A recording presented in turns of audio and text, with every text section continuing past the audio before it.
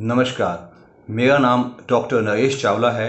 मैं पीतमपुरा उत्तरी दिल्ली में एक प्रैक्टिसिंग मेडिकल डॉक्टर हूँ। ये मेरी दूसरी वीडियो है जिसको मैं समझता हूँ कि थोड़ा आम आवाम को, आम लोगों को बताने से इस कोरोना टाइम्स, जबकि पूरा हिंदुस्तान, पूरा विश्व कोरोना के कहर से जूझ रहा है, और ये कोई ऐसी छोटी चीज़ नहीं है। सोच के देखिएगा, सेकेंड वर्ल्ड वार जो कि 1945 में ख़त्म हो गई थी, उसके बाद ये ऐसा एक अदृश्य हमें एक शत्रु या दुश्मन मिला है जिस पे हम सब उसके कहर के तले तस नस हो चुके हैं। आने वाला समय क्या होगा किसी को कुछ नहीं मालूम। ये एक नया वायरस है, कैसा बिहेव करेगा, इसके खिलाफ क्या दवाइयाँ आएंगी, वैक्सीन आएगी तो कब आएगी, देशों की सरकार, हमारे देश की सरकार क्या करेगी, कैसा होगा, किसी को कुछ नहीं पता।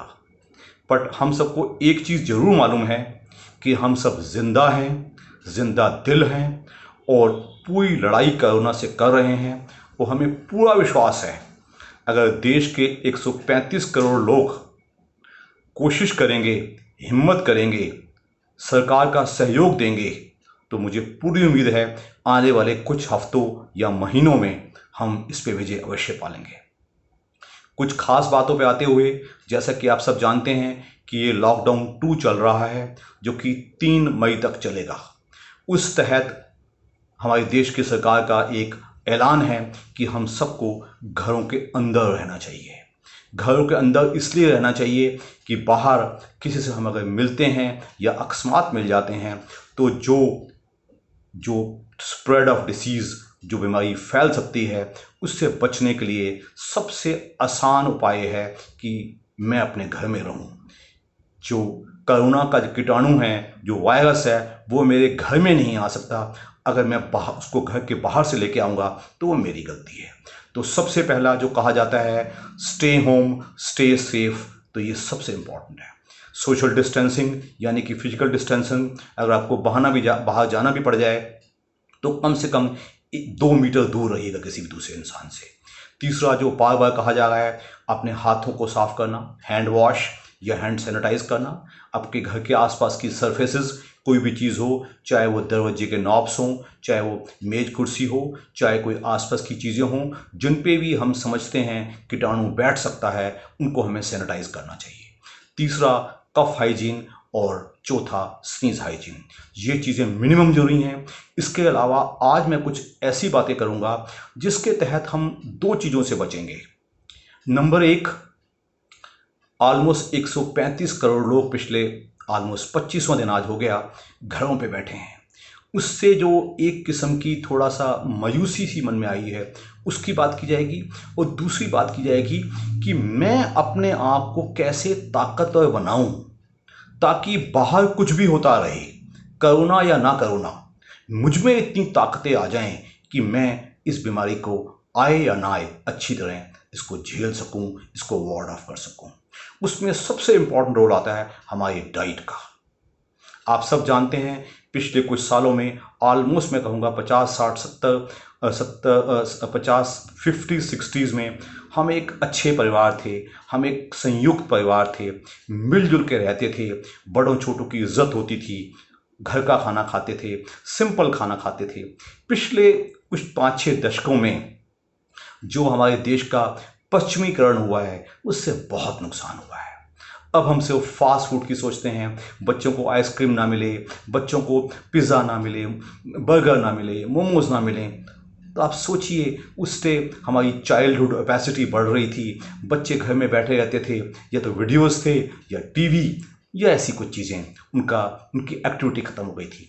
तो हम सबको मौका मिला है, हम ये सारे संस्कार जो हमारी संस्कृति में लिखे हुए हैं, हमारी कल्चर में लिखे हुए हैं, उन सबको वापस लाएं। कोरोना का मैं धन्यवाद तो नहीं करूंगा, कोरोना एक कहर के रूप में आया है, लेकिन इस अपॉर्चुनिटी का, इस मौके का लाभ उठाते हुए अगर हम कुछ वापस हो जाएं तो मुझे पूरा विश्वास है कि देश की जो आर्थिक नुकसान है वो तो जो होगा सो होगा, उससे कोई नहीं लड़ सकता। लेकिन जो हमारे देश के देशवासियों का एक जो खुशी का इंडेक्स है, खुशी का इंडेक्स का मतलब कि परिवार के लोग खुश रहते हैं, मिलजुल कर रहते हैं, बच्चे बड़ों से मिलकर रहते हैं, पति पत्नी में मेल जोल अच्छा है, बड़ों की इज्जत की जाती है, सत्कार किया जाता है। अगर ऐसा हम कर पाएँ तो ये हमारी सबसे बड़ी कोरोना टाइम्स की उपलब्धि कही जाएगी। वापस अपने खान पान पे आते हुए, सिंपल खाना, ताज़ा खाना जिसमें हरी सब्जियां ज़्यादा हों, दालें अच्छी हों, फल ज़्यादा हों, सैलड्स ज़्यादा हों, दूध दही हो। अगर आप नॉन वेजिटेरियन हैं तो एग अवश्य लीजिएगा। इसका ऐसा कोई वो नहीं है कि आप नॉन वेजिटेरियन एग नहीं खा सकते, ऐसा कुछ भी नहीं है। ऐसा करिएगा। जंक फूड, आउटसाइड फूड जितना हो सके इसको अवॉइड कीजिएगा। दूसरी जो इम्पोर्टेंट चीज़ मैं समझता हूँ वो है हमारी फिटनेस प्रोग्राम।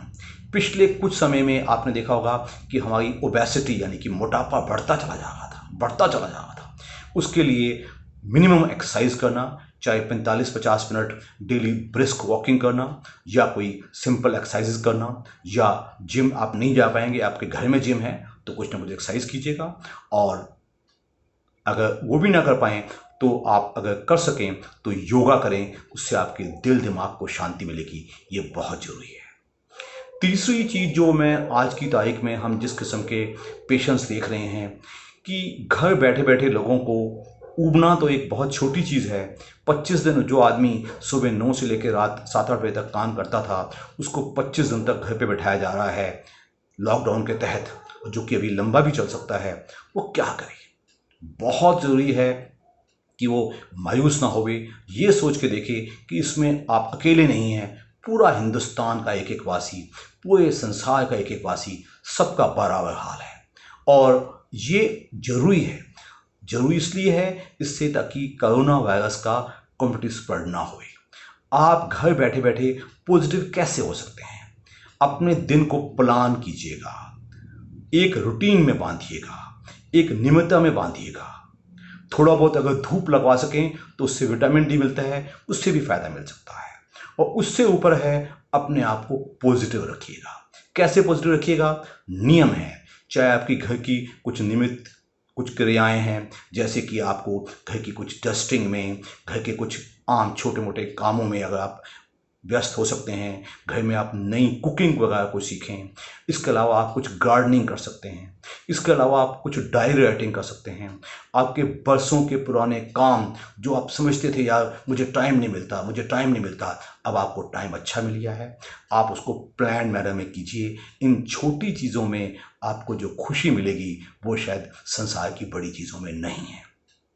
बच्चों को समय देना, बच्चों से बातचीत करना, परिवार के एल्डर्स को जो हमेशा महसूस करते थे कि घर के जूनियर समय नहीं देते, उसके प्यार से बैठना, उससे जो इमोशनल संतुष्टि मिलेगी वो मैं समझता हूँ कि संसार की सबसे बड़ी उपलब्धि है। ये सब करिएगा, भगवान को याद कीजिएगा। प्रार्थना और पूजा में एक बहुत बड़ी ताकत है। और इसके अलावा अपने आप को पॉजिटिव रखना कि मेरा आज अगर बुरा है तो मेरा कल अच्छा होगा। There is a dark lining after, there is a silver lining after a cloud। ये सोच के कि कल सुबह जरूर आएगी, इस सोच के साथ अगर हम जो हमारे इस लॉकडाउन के तकरीबन आज 18 तारीख हो गई है, तकरीबन 15-16 दिन और पड़े हैं, हम ये गुजारें। और उसके बाद सरकार जो भी फैसला करे उसको मान्यता देते हुए, उनको मानते हुए अगर हम आगे बढ़ेंगे तो मुझे पूरा विश्वास है कि इस कोरोना के बाद जो एक हिंदुस्तान उभर के देश दुनिया के सामने आएगा वो जगत गुरु तो होगा ही होगा, लेकिन एक सुखी, समृद्ध और जिसको हम कहते हैं हैप्पीनेस इंडेक्स, जिसमें इंडिया बहुत ही पीछे था, शायद आगे आएगा। मेरी आप सबसे एक मंगल कामना है। हम सब मिल के मेहनत करेंगे और मिल के सहयोग देंगे और हम आगे बढ़ेंगे। ऐसी मेरी सोच भी है, वो ऐसी मेरी विशेज़ आपके लिए। Thank you very much.